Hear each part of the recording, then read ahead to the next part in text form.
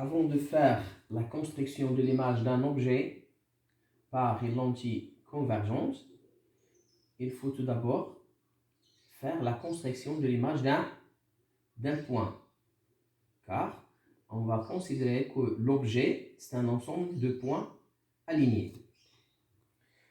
Je vais faire la construction géométrique de l'image d'un point A qui se trouve à une distance supérieure à la distance focale d'une lentille, c'est-à-dire dans les conditions de Gauss.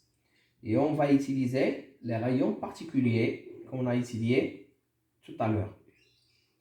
On a dit qu'il y a 3 sortes de rayons. Je vais utiliser au moins 2 pour trouver l'image des points A. Je choisis le rayon incident parallèle à l'axe optique.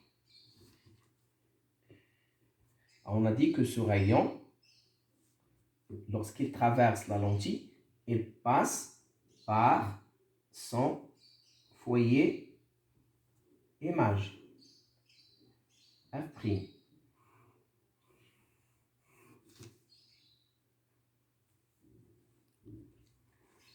Je trace le rayon qui vient de A et qui passe par le point F, c'est-à-dire le foyer objet.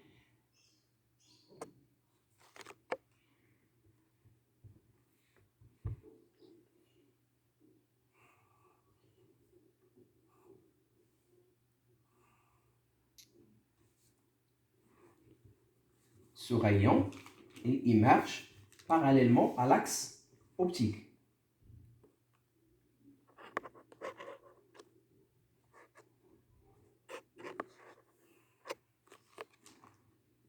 Le sens de la propagation de la lumière, qu'est-ce qu'on constate?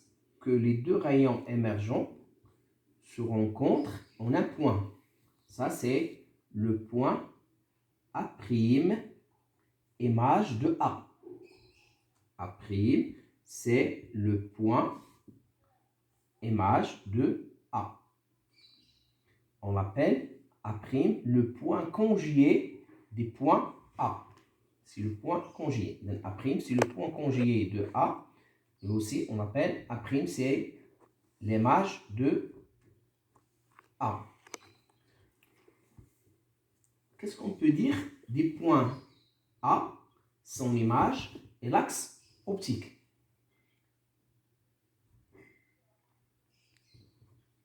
Les 3 points, comme vous voyez, ils sont alignés. Il y a tout point d'un objet, son image et le centre optique, ils sont alignés. C'est la première méthode. J'ai utilisé les rayons incidents parallèles et le rayon qui passe par F. Deuxième cas, je garde le même rayon, le rayon incident parallèle à l'axe optique. On a dit, il traverse la lentille en passant par son foyer image. Maintenant, je vais, au lieu d'utiliser le rayon incident passant par F, j'utilise le rayon passant par O. On a dit que le rayon incident passant par O ne change pas de direction, c'est-à-dire il n'est pas dévié. Je vais tracer ce rayon.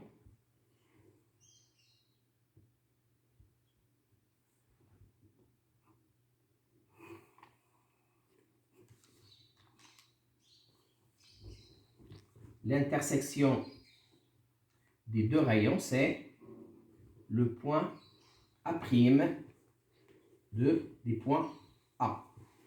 Le troisième cas, je vais utiliser le rayon incident passant par F.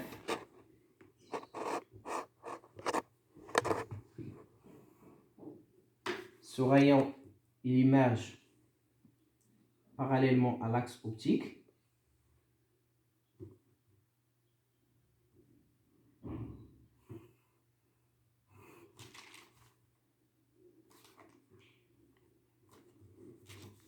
le rayon passant par le centre, il n'est pas dévié.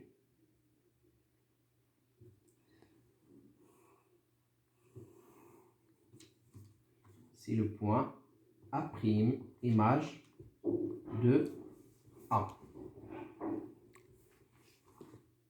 Donc, on a les trois méthodes pour tracer l'image d'un point donné par une lentille convergente.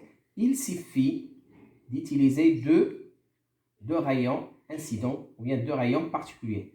Soit un rayon parallèle à l'axe optique et celui qui passe par F, ou bien rayon parallèle à l'axe optique et le rayon qui passe par le centre, ou bien le rayon qui passe par le centre et le rayon qui passe par le point F. Il suffit d'utiliser l'une des trois méthodes.